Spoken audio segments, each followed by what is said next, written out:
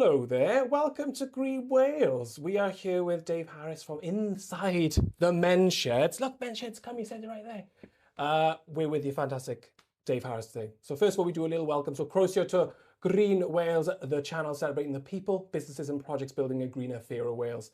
Every week we speak to organisations creating real solutions aligned with the Future Generations Act and the UN Sustainable Development Goals, helping Wales lead the way in sustainability and innovation. I said, let's meet today's guest. I'm actually quite honoured to be with Dave because I might have said in a previous video that Dave actually helped me right at the beginning of my environmental journey when I just left theatre. I was not having a great time, and Men's Sheds Treorchy at the time helped me with my recovery and sort of inspired me then to go into sustainability. So you can sort of point to this guy who's sort of one of the responsible factors of showing the good that gardening and social activity can do for your mental health, and then the well-being that creates as well. So Dave, how are you today? You okay? Good. Yeah. So welcome, Gareth. And yeah, Thank you. It's lovely to be part of this. It's and good to see the journey you're on. And Yeah. if I've had a small part to play in that, then yeah, I'm grateful for. You definitely have, and we've had little touches every now and again, with different projects, which has been really nice. And I think that's what's important about, one of the main things in Future Generations Act is collaboration, working together, trusting each other, having partnerships. And I think we've had that, whether that's the allotment, that is in Tynewydd, isn't it? The allotment, yeah. And that's a fantastic site, and then seeing this place develop. I think it was 6 years ago when me and Dave first met, and this building wasn't even happening then. So I saw you guys move into this, because I think you were based in the allotments in Treorchy, and then you came out and moved into Tynewydd. And as you saw, the arrangement of different projects that Dave's just brought in, it's not just the men's sheds. He will definitely tell us all about them in a second. And he's looking so smart. He's just come from a meeting. Look at me, I don't look anything like it. But before we actually get started, we're going to ask Dave what he does here and sort of some of the projects he does in a really summary sort of way for us, please. All right. I'll be as quick as I can. So Grow Rhondda initially started as a social prescribing programme. This was in 2018. We didn't have a premises then. This has come online later, much later. Funny enough, as a result of COVID. So COVID did us a really good job of giving us this venue, really. Yeah. So my role here, I'm a director. With Grow Rhondda, we became a KIC just over a year and a half ago. My colleague Janice is also a director, and we got another kind of light touch director, Nova. Who works in another valley, or a very similar ethos, and if you like.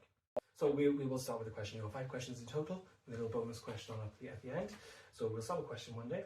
And how does your work contribute to a more sustainable and prosperous Wales? And which future generations or SDG goal does it support? Yeah, I think when we look at how do we sustain anything for ourselves and our community, and I think we try to offer a number of initiatives that meet those aims then, if you like. For us, I think it's making sure that our community come to us and tell us the sort of things that they feel are missing in their community, and we try and address that as best we can. And that could be something as simple as our most recent thing is supporting people around poverty, and how can you incorporate that as part of a climate approach to things? Well, if you're growing your own food, that's sustainable. It's helping alleviate some of the issues in poverty, and it's also helping climate, because the travel costs from growing something in your garden to your kitchen is nothing compared to, say, if we're exporting food from all around the world. I'd also say this circular economy thinking there, you're cutting down the supply chains, as you just said there too, so your scopes are much less, but also the healthiness of the food. It's not being treated, because it's being locally grown. There's a bit of a fact out there. If you grow those carrots will be better for you than if you didn't grow those actual carrots. And I think it's the benefits for your mental health, the facilities you've got here as well. I think there's just so many ticks towards the Future Generations Act through just that one project alone. Okay. So question 2, you can fatten this out if you want to. You can name past projects, present projects, future projects, completely up to you. So it says what product, service or solutions you offer, and how is it helping Welsh communities or businesses transition to net zero or circular thinking? Well, all of our projects have got that circular economy ethos in them. And it's something we've embedded from pretty much day one. I don't think we knew at the beginning that's what it was. That identity came later, I think. But we were already growing our own vegetables, teaching people how to do that, supporting individuals and other community projects how to do that. So that Grow Rhondda not only supported source of prescribing, but also supported in an unexpected way, an unexpected outcome of people taking on that growing element and developing it themselves. So that was one of the main things that we've picked up along the way. But as Gareth mentioned, we're in a workshop at the minute, and this is a men's shed workshop. So it's run entirely by men on a Monday and a Friday.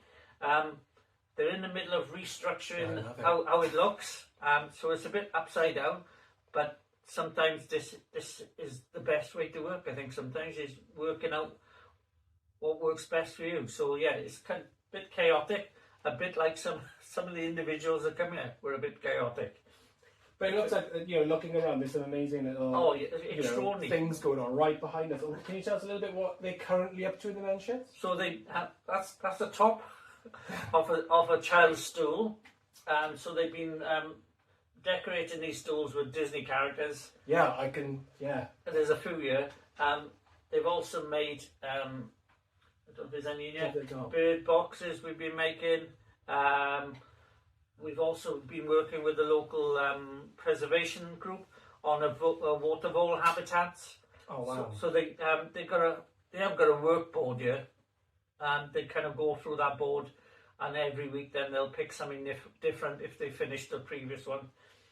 They're only a small bunch of guys, but they're quite willing, and I will say none of them are really carpenters, but they're all quite good at DIY. So yeah. Does it matter that they're carpenters? Not really. Is it a mental health? Because what I understand with men's shed, it's more the mental health side of things. It's that social connection together, where they might not have normally come together or even have contact with people. Yeah, and good to say that like Men's Shed Cymru, for anybody who needs to look it up or want to, it's a national programme all around Wales, and like Gareth said, it supports men mostly around mental health issues, isolation, loneliness, and the activities really are a kind of side shoot of some of that sort of supporting each other really. And that's just two of the projects we do. We do a number of other projects. We do something called Edible Playground. So again, going back to our growing element, we go into schools. I take volunteers with me and we teach under 11s how to garden. And we've been doing that for the last 3 years with support from Public Health Wales funding. We've been in, I think we're up to 26 schools at the minute. And something in the region of 700 children or something like that. So quite significant programme and quite a significant investment for us, I suppose, to take on board. But it's something that we really believe in, and if we look into support our future generations and taking up horticulture or just taking up some kind of growing, they need to have these skills, and the best time to give them is when they're in a young age and they can develop it later on. I think I remember coming to the Treorchy Primary School, and I can't remember what we were doing now. I think it was a lot of gravel, a lot of soil. I think we were filling raised beds. Is that what we were doing? Yeah, there's something called the Big Box Boyd in Wales. So there's over 50 now in Wales. Me and Gareth were very fortunate. We were part of one of the very first to take up the cause.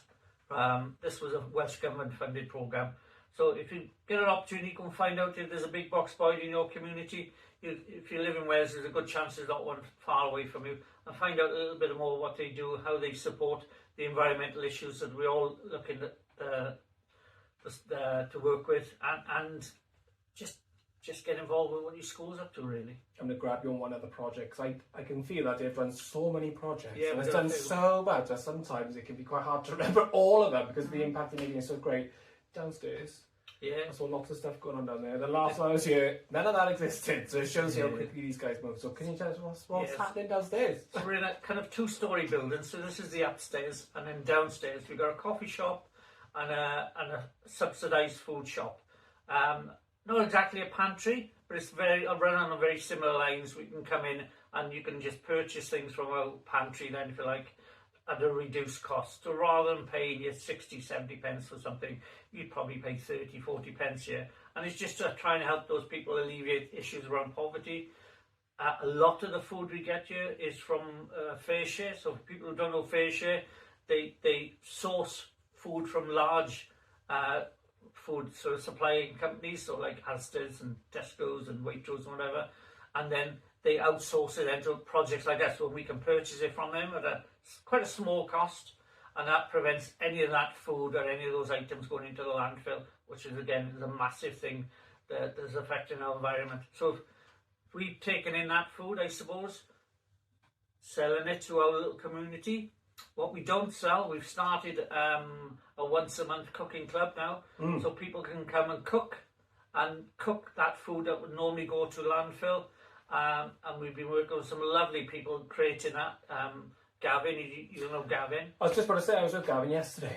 Yeah. So he done the Circular Economy Innovation Community Workshop with me, and it was actually really nice to sit with Gav, because we got to have a catch up. I was like, I haven't seen you for 3 years, Gav. How's it going? What are you doing? And the stuff, the amount of repair cafes now he's running, and again, it's that collaborative partnership. And he was saying, because I said, do you want to be on GreenWales? Because you could easily be on GreenWales yourself with how much you're doing, and I'll align you out for future generations. Like, he's like, I gotta go to Tynnywydd, because I'm doing, I think it was a Valentine's Day special last night here, I think it was. Was it here? Not here, no, there would have been somewhere else, but he's coming here. So there we go, so he's very busy, and it just shows you that, genuine people doing genuine difference across the valley, and the impact and the demand for it as well. So Gavin has really inspired a lot of us, including myself. So I've taken up cooking now.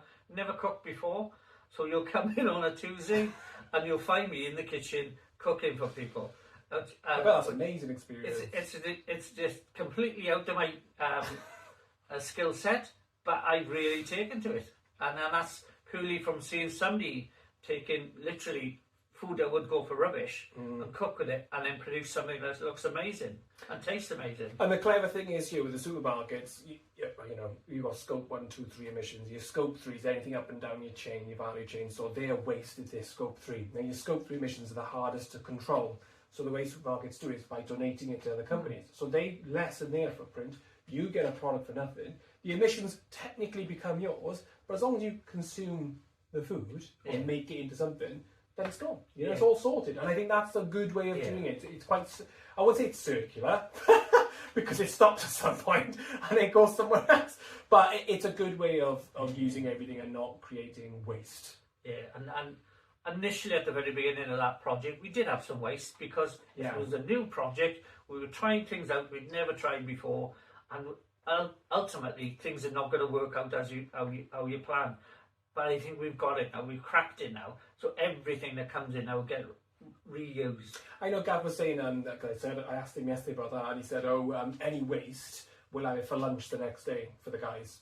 So even if it doesn't get used in that session, it'd be free lunch for everybody tomorrow. There's well-being in that, there's social value in that, there's so many good things. There's prevention of waste in that, there's long-term thinking with things. It's not just going, this can just go, and then other things can be planted back out as well. So there's loads there. Is there any other projects you want to talk about? No, that's fine. This is what this space is for. Yeah, just one more thing. I think please do. You touched on this slightly with Gavin's work with the Repair Cafe. Yeah. So for people who don't know anything about Repair Cafe or what that might look like, there's obviously a Cardiff-based one which stretches right across a lot of the communities, but we've had a dedicated one in RCT now for a number of years because of Gavin's work initially. To create this concept of, can we repair things rather than take them to the dump? Because we're such a throwaway society now. It's very easy now for you to pick up something and decide, I don't want it anymore, I'll throw it away. Take, make, dispose, isn't it? And not have any thought, because at the end of your garden, somebody will come and collect it and take it away. So you think, that's it then. That's my bit done. But I think there's something we need to action on that. What RCT Repair Cafe is about is bringing in things that are broken, bringing in things you may no longer wish to use, and then we repurpose them or reuse them or repair them. You either get them back or they get donated back into the community, so that there's no longer a need to throw those things away, those items away. Yes, some things we can't fix and can't repair, and they will have to go. But there's a process. We can strip the plastic out. We can take the metal out. There's a number of things you can do that makes it a bit more sustainable for us as an organisation and for the environment. I got one other project. Go on, because then you're actually beautifully leading me on to the next question. So go on, you go for it. Don't unlead me now. Okay, right. I'm not joking. Go on.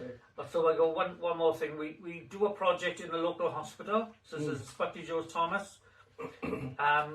We've been there a number of years. This is where we started all of our green programs, if you like, or environmental sort of impacts of projects. So anybody can come and volunteer with us on the Tuesday. It's open now, right through until autumn. We've had some lovely volunteers come in, and all that we ask there is to spend 2 hours with us, just maintaining some of the hospital garden environment. There's places to sit where we chat and have a cup of coffee, so it's not all about the graft.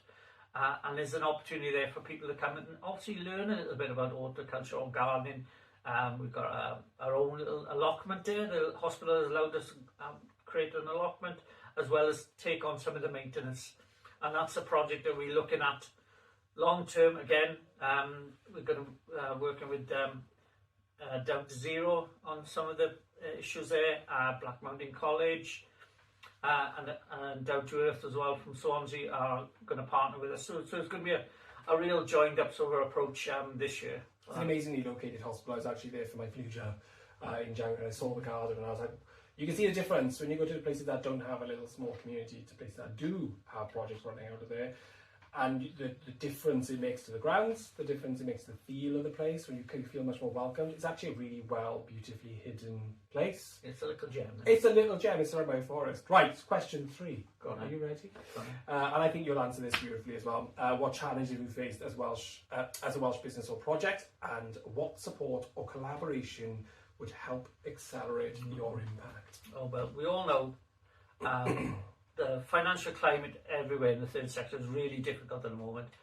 And that for us is where the challenge comes, is how do we now look for the future? Where do we get that funding to support our projects? All the work we do here, all the work other projects do that's very similar to us in their community, is how do we pull that together? And Gareth mentioned a collaboration. We've always collaborated from day one here at Grow Rhondda, because ultimately we're a very small organisation and we need to collaborate if we want to make any impact in the communities that we serve. And the collaboration is the key word here. So we are looking to see how we can expand on some of that work in the future, developing partnerships, collaborations that support us going forward. One of the things we've been doing the last 12 months, and we've got a bit way to go yet, is the True Urban Initiative. And that was mapping at some of the health inequalities in the community. I know it's not climate related as such, but if you've got people in poor health, one of the factors is the environment that they're living in is a factor on their poor health. So we have to look at what they call 7 intrinsic factors that affect your health. And unfortunately, your environment or the climate is one of those factors. And how do we improve that environment where we live? And that's a challenge for us all, I think, in the future. And in the future generations, one of the main pillars is a healthier Wales, because it is so part of that. In the UN SDGs, it's written throughout. It's, as you say, it's not just about the environment; it's about how you're looked after as well in that environment. That social structure. If you don't have your local GP anywhere near you, don't have a dentist, it'll have an impact on you, and that'll have an impact in society, and that will have an impact throughout the natural environment as well. So it's a whole picture, and that's what I like about what you do here. And I think, if you think back 6 years ago, you didn't have this building, you didn't have a HQ to a certain extent. You're working out of a container in an allotment, which is still an amazing place. Yeah. But now you're in a much stronger position where you hope. I was interviewing Coffee Flowers a couple of weeks ago, and they're talking about collaboration, and what they want to do is create a hub that if you say you couldn't get roses from them, you can get roses from something else. But you go one place and you get the service everywhere. Yeah. And hopefully that'll be the sort of the same way of collaboration where services can be delivered throughout an area by a network of men's sheds, community groups and organisations that offer all these different programmes. And I'm hoping everything you've managed to prove that works here, the success of it and the impact will hopefully feed through into the future as well. Yeah, I want to talk a little bit more about collaboration before we go a bit further. Well, I'll just say this. Go on. because you'll probably answer this in a second. So it says, how could other Welsh organisations, communities or SMEs work with you? And what opportunities, I knew it. What opportunities do you see for collaboration in Wales? Well, there we are. There we go. Go for it, Dave. That's what I was going to jump into. So we know there's some amazing organisations out there. And like I said, from day one, we've always thought of ourselves as a project that collaborates with others. And we know there's some really strong independent organisations out there who've got the knowledge and understanding that we might not have here. And there's a bonus there of working in collaboration, because I get to have somebody else's expertise then when I want to look at something that I don't have the expertise in.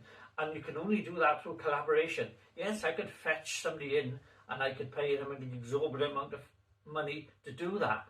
But you need somebody who's going to be with you on that long journey.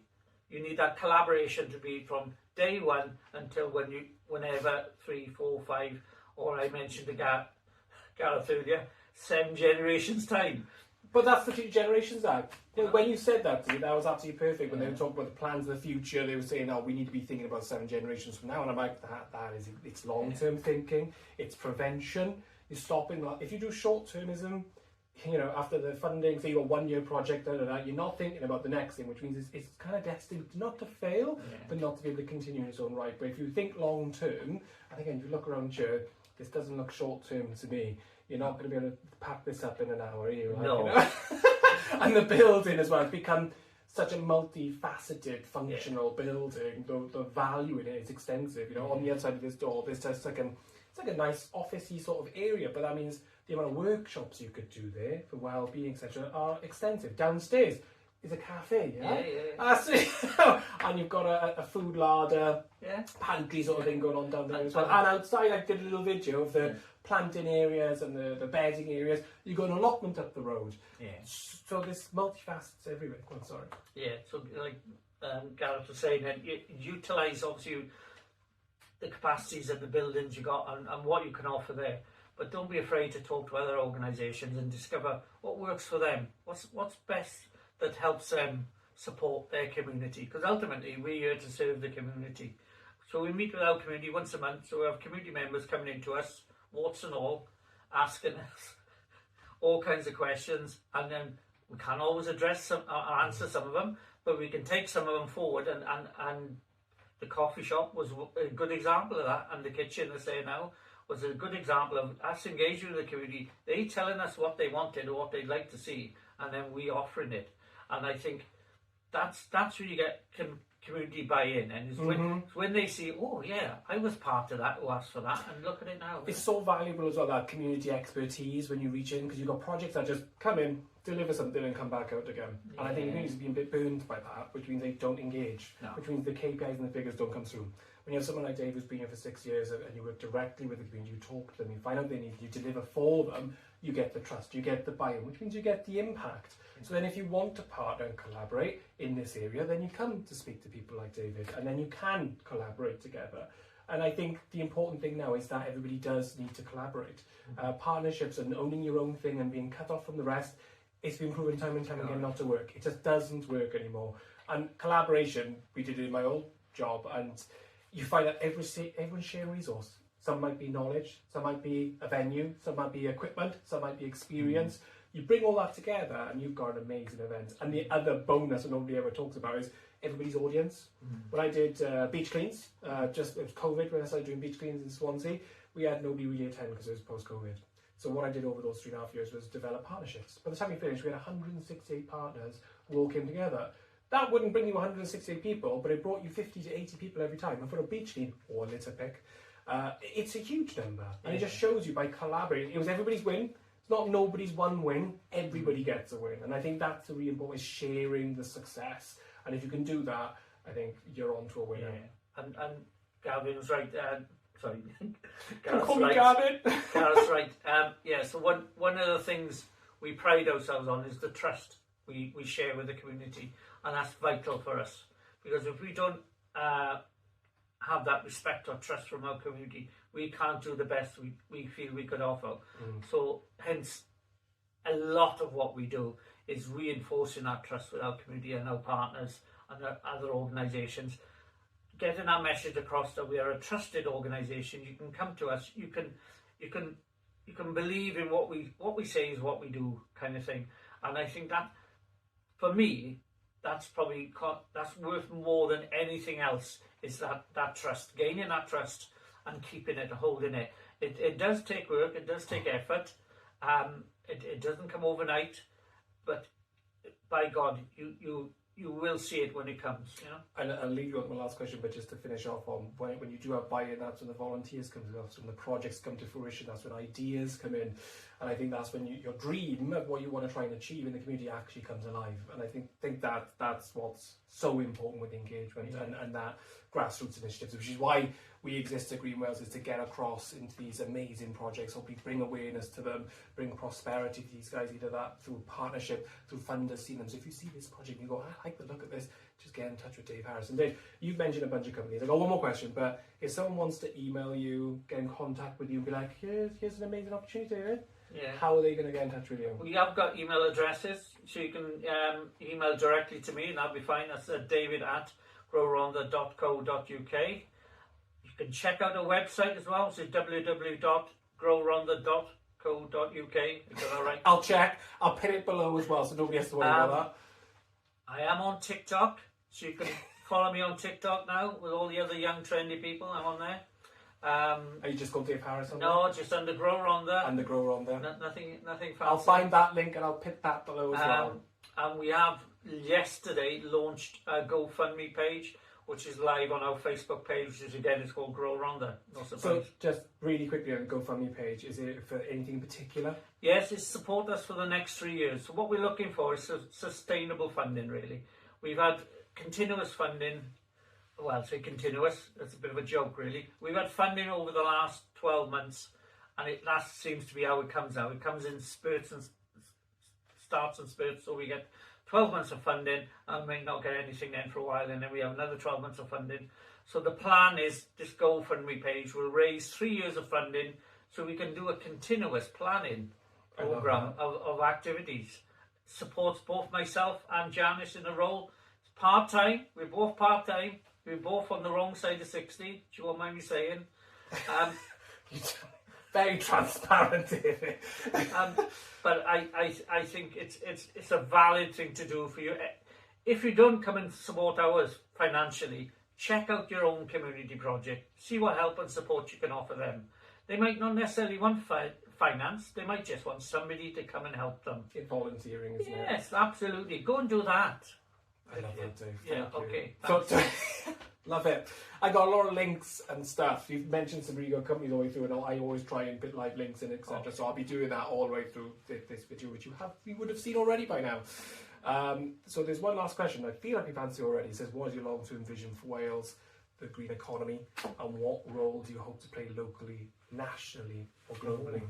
Globally, it does be globally. Yeah. It could be locally and it could be nationally. Okay. So I'll say what's your long-term vision for Wales, the green economy, and what role do you hope to play locally and nationally? Gareth.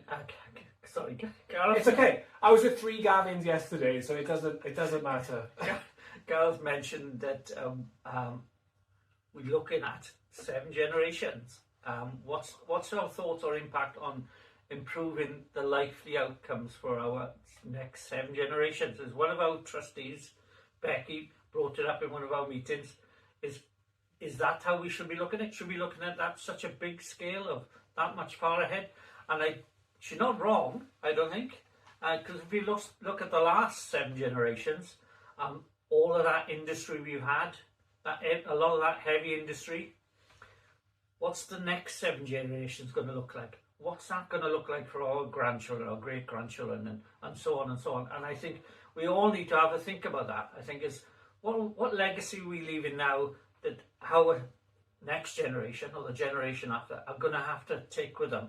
Are we going to continue to be a wasteful society where we don't look after ourselves, don't look after our planet, and then all of that work that I'm trying to do is wasted? So I think we all need to think about that. Think long and hard about what's our impact? What am I doing that's going to lessen my impact on my community, my environment?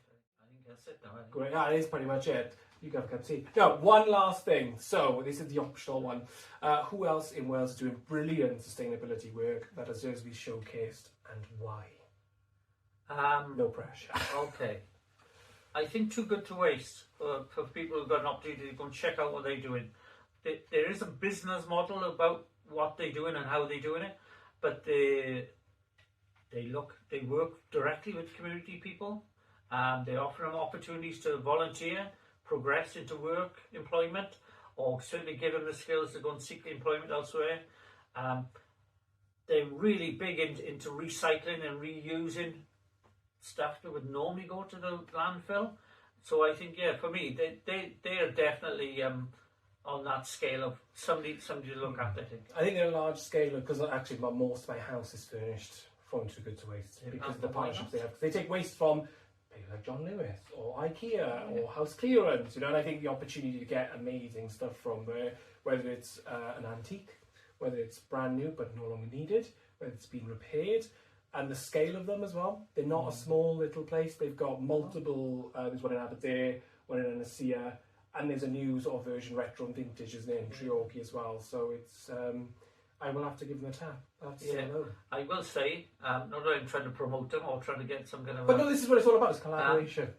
I think we've got 5 fridges and freezers, all from them, directly from them. And these would have been, they're not commercial, they're general use ones. But they're as good as anything you could buy brand new. And I think that's the important part, is you don't need brand new, you don't need, the cost cycle with it, you just need something that's going to work. I think one of the fridges is better than the one I got in the house. I think I've got a couch that's still from there now, and I bought it years and years ago. And when I bought it, it was technically, it's this take, make, dispose, this linear way. The couch I bought, it was, I can't remember what brand it was now, but it's a really nice brand.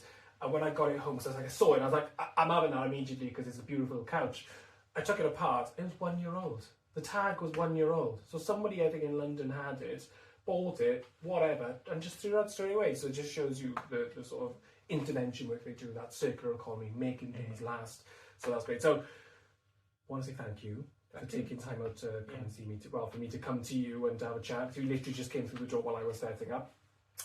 If you would be so kind and subscribe, that would really, subscribe, and that would really, really help us get the word out there, help bring projects like Grow Rhondda, the men's sheds, into prosperity and awareness, so about getting out there too. Just give us a like, give us a subscribe, look at all the other different playlists that we have. And if anybody's out there wanting to support Dave, you've got the email, you've got the website, we'll see you again. We're going to wave now, Dave. Okay, we're going to say goodbye. Bye! Bye, everyone.